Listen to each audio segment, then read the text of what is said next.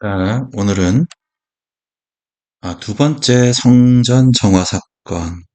자, 성전 정화 사건이 성경에는 두 번이 나와 있죠, 그죠? 근데 이번이 지금 이 내용은 두 번째 성전 정화 사건입니다. 자, 보시면 예수님과 제자들이 예루살렘에 들어가시는 장면이 나옵니다. 그래서 이 바로 전 장면이 어디냐면요. 들어오시다가 무화과 나무를 저주하시는 장면이 있습니다. 그래서 무화과 나무를 저주하시고 그러면서 예루살렘으로 제자들과 함께 들어오십니다. 예수님의 어, 십자가에 달리기 전에 예, 있는 바로 며칠 전의 사건인데요. 예루살렘으로 이제 들어가십니다. 지금 예루살렘에 들어가신다는 거는요. 어디서부터 시작이 됐냐면 저 뒤쪽으로 가보시면 앞서 이제 성경의 순서대로 보시면은 베다니에서부터 시작을 하신 걸 볼 수가 있습니다. 베다니에서부터 예루살렘으로 들어가시는 겁니다. 예수께서 성전에 들어가사 성전 안에서 매매하는 자들을 내쫓으시며 돈 바꾸는 자들의 상과 비둘기 파는 자들의 의자를 둘러엎으시며 이렇게 말씀하시는데요. 한번 이 상황을 한번 보도록 하겠습니다. 자, 뭔가 매매하는 자들, 뭔가 사고 파는 자들이죠. 돈 바꾸는 자들. 지금 여기서 뭔가 시장바닥과 같은 모습이 된 걸 우리가 볼 수가 있습니다. 자, 이 당시에는요, 돈을 왜 바꾸냐면은, 이 당시에는 이제 로마 제국의 치하였습니다. 그래서 로마 동전을 사용했는데, 어, 이 성전에서 주로 통용되던 동전은 두로 동전입니다. 두로 동전. 두로 동전인데요. 이 두로 동전, 즉 두로 세겔은요, 고대 히브리 세계과 가장 유사한 가치를 가지고 있어가지고 성전에서 사용이 됐습니다. 그리고 여기서 또 매매하는 자들에서 뭘 매매냐면요. 포도주라든가 아니면 오일, 소금 등 이런 내용들이 거래되는데요. 이 완전히 시장 바닥하고 별로 차이가 없는 거죠. 자, 그런데 이 장소는요. 사실은 떤 장소냐면은 어, 이 바로 이방인의 뜰이라고 하는 장소입니다.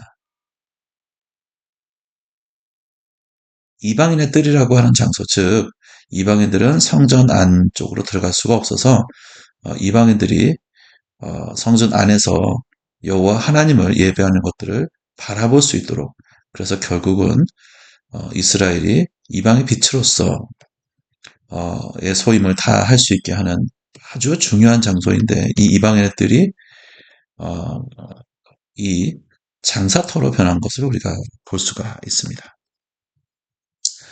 자, 이 장사터로 변한 이 이방인의 뜰을 보시고서 하시는 일이 바로 매매하는 자들을 내쫓으시고 돈 바꾸는 자들의 상과 비둘기 파는 자들의 의자를 둘러 엎으신 것을 볼 수가 있습니다.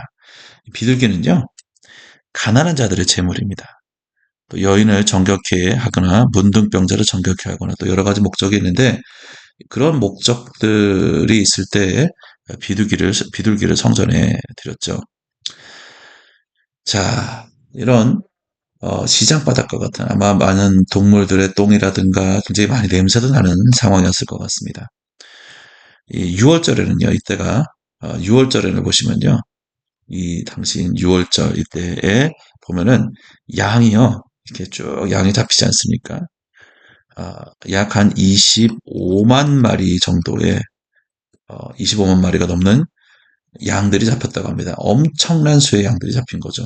그러면 대충 이제 어, 우리가 한번 가늠을 상상을 해볼 수가 있을 것 같습니다. 이 장소가 얼마나 정신없고 얼마나 많은 사람들이 여기서 정신없게 시장바닥처럼 하고 있었는지를 우리가 잘 알 수 있습니다. 그런데 이 하나님의 입장에서 보면은 이방인들이 와서 하나님을 경험하고 하나님을 더욱더 알아가는 게 굉장히 중요한 일인데요. 이 유대인들이 또 다 유대인들이 다 그런 것이 아니라 이 제사장 들이 아마 문제가 있겠죠. 이 성전이 관리되는 것이 하나님의 뜻과는 전혀 맞지 않게 흘러가고 있는 것을 볼 수가 있습니다. 그래서 예수님께서는 어, 뒤엎으신 거죠. 자, 그래서 원래는요. 그래서 아무나 물건을 가지고 성전 안으로 지나다니며 허락하지 아니하시고라고 되어 있는데요. 원래는요. 성전산으로는요. 지팡이나 샌들, 아니면 지갑 이런 거 있잖아요. 물건을 들고 들어가지 못하게 돼 있었습니다. 근데 별걸 그냥 가지고 들어간 거죠. 그러니까 얼마나 이 성전이 비즈니스처럼 지금 변해 있는지를 우리가 좀 볼 수가 있을 것 같습니다. 굉장히 좀 정신없는 상황이죠. 그죠? 이제 비즈니스처럼 변해 있는 것을 볼 수가 있습니다. 자, 아이코 좀 엉망으로 들어가는데요. 어떻게 옮기죠? 네. 자, 한번 옮겨볼게요. 안 옮겨지네요. 펜으로 그냥 변하네. 나중에 해볼게요. 자, 어쨌든 그렇게 되어 있습니다. 그렇게 해서 예수님께서 이렇게 말씀하시는 거죠. 이에 가르쳐 이르시되 기록된 바 내 집은 만민이 기도하는 집이라 칭함을 받으리라고 하지 아니하였느냐. 너희는 강도의 소굴을 만들었도다. 이렇게 말씀하시죠. 자, 보시면은요, 어, 이 만민이 기도하는 집이라는 의미는 이 성경 해석적으로 두 가지 의미로 볼 수가 있습니다. 뭐냐면 정말 만민이 이게 주어가 되기도 하고요. 아니면 만민을 위해라는 만민이 목적어가 되기도 합니다. 어느 쪽에든 다 맞다라고 볼 수가 있을 것 같습니다.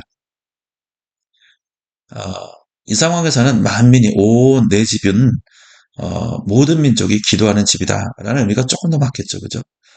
또 만민을 위해서 기도한다라고 해석을 하면 또 그것도 얼추 상황에 맞는 것 같습니다. 왜냐하면 만민을 위해서 기도한다면 이 장소에 이방인들이 오는 것에 대해서 어떻게 이 유대인들이 어, 잘 대해야 되는지 이방인들을 잘 대하고 가르쳐야 되는지를 잘 이해를 했었을 것 같습니다. 하지만 전혀 이해를 못하고 있었기 때문에, 즉 유대인들 자신들의 부르심을 제대로 알고 있지 못했기 때문에 예수님께서는 너희는 강도의 소굴을 만들어도다 하심에 라고 말씀하시는 것을 우리가 볼 수가 있습니다.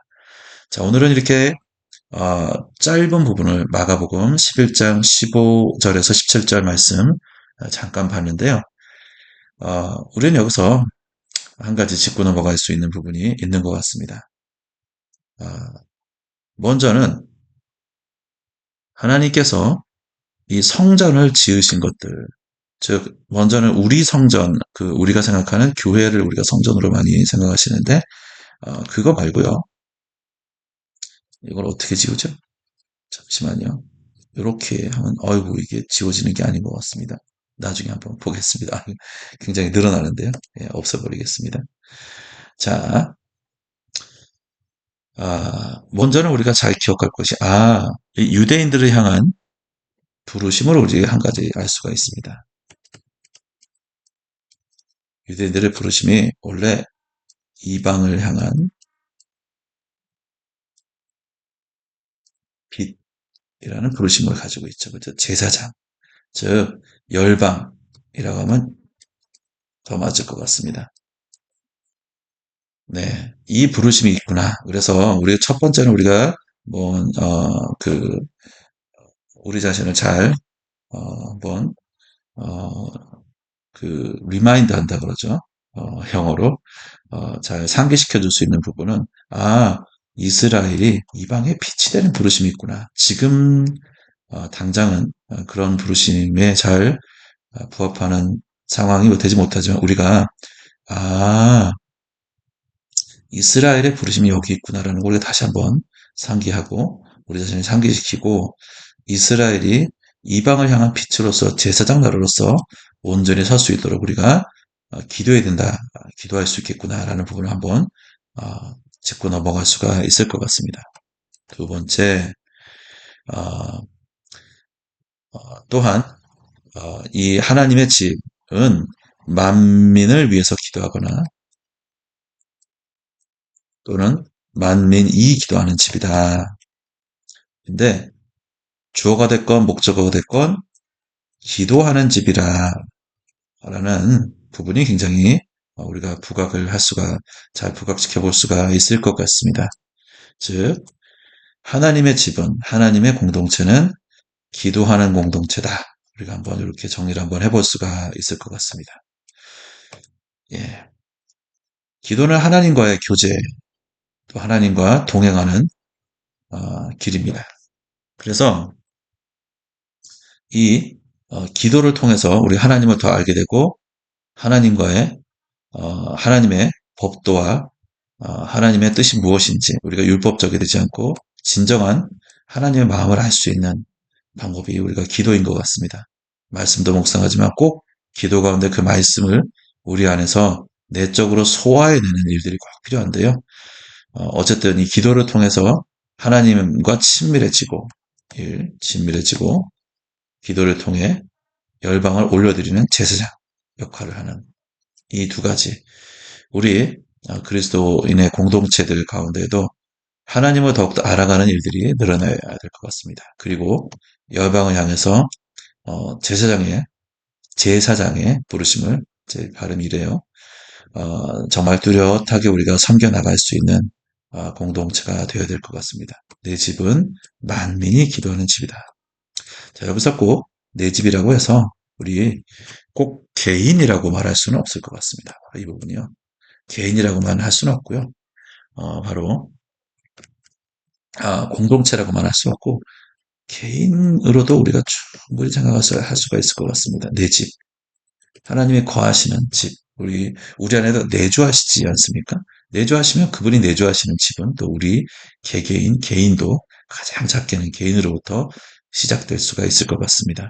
우리가 하나님과 친밀히 만나고 우리 삶에서 그리고 제사장의 역할을 잘하는 첫째 계명과 둘째 계명의 삶을 잘 살아나가는 우리의 삶이 되어야겠다라는 부분들을 한번 되짚어보면서 오늘 말씀 마가복음 11장 15절에서 17절 말씀 두 번째에서로 성전 정화시킨 이 사건을 우리가 한번 살펴봤습니다. 자, 이 사건을 통해서 예수님은 예루살렘 전체에 긴장감을 최고조로 고조를 시킵니다. 이 상황은요, 이미 정말 예루살렘 입성을 화려하게 하신 이후의 상황이고요. 이 사람들이 다 나와가지고 다 나왔다라고는 할 수가 없습니다. 백성들이 엄청난 수가 나와서 예수님이 예루살렘으로 당나귀를 타고 들어가시는 것을 호산나 다윗의 자손으로 오시는 이여 하고 그렇게 메시아를 맞이하듯이 그런 행사가 있었고 그런 일들이 있었고요. 그것을 제사장과 서기관들이 먼 발치에서 근심스러운 눈으로 쳐다보는 바로 그 장면을 생각하실 수가 있습니다. 그 바로 뒤에 며칠 안에 일어난 일입니다. 얼마나 긴장감이 고조됐을까요? 그리고 이 일 후에 본격적으로 예수님께서 바리새인과 서기관들과 충돌하시는 장면을 볼 수가 있습니다. 얼마나 이 장면을 보고 사두개인들, 제사장들의 대부분을 차지하던 이 사두개인들이 예수님의 눈에 가시갖고 얼마나 미움이 넘쳐났을까요? 아무튼 그런 상황에 있는 말씀인 것을 우리가 다시 한번 상기하면서 오늘 말씀은 이렇게 마치도록 하겠습니다. 다음 시간에 다시 뵙도록 하겠습니다. 감사합니다.